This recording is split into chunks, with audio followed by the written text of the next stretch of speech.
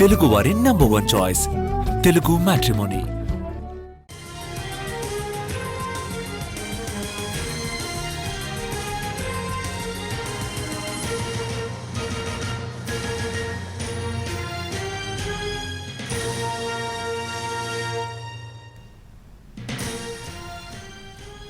Dhavaleswaram barrage దగ్గర గోదావరి ఉగ్రరూపం దాలుస్తోంది. ప్రస్తుతం బ్యారేజ్ 175 గేట్లెత్తి 8,23,000 క్యూసెక్కులను సముద్రంలోకి విడుదల చేస్తున్నారు.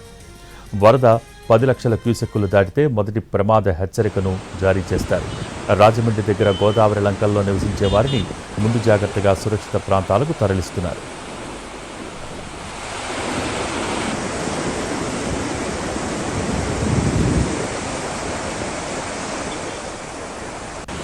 అటు అల్లూరు జిల్లా చింతూరు ఏజెన్సీలో శబరి నదికి వరద పోటెత్తింది. నీటి మట్టం 33 అడుగులు దాటింది. ఎడతెరిపి లేని వర్షాల కారణంగా సోకిలేరు, అన్నవరం, చీకటి వాగులు పొంగి చింతూరు, విఆర్పురం మధ్య రాకపోకలు నిలిచిపోయాయి. వాగులు దాటే ప్రయత్నం చేయవద్దని అధికారులు సూచిస్తున్నారు.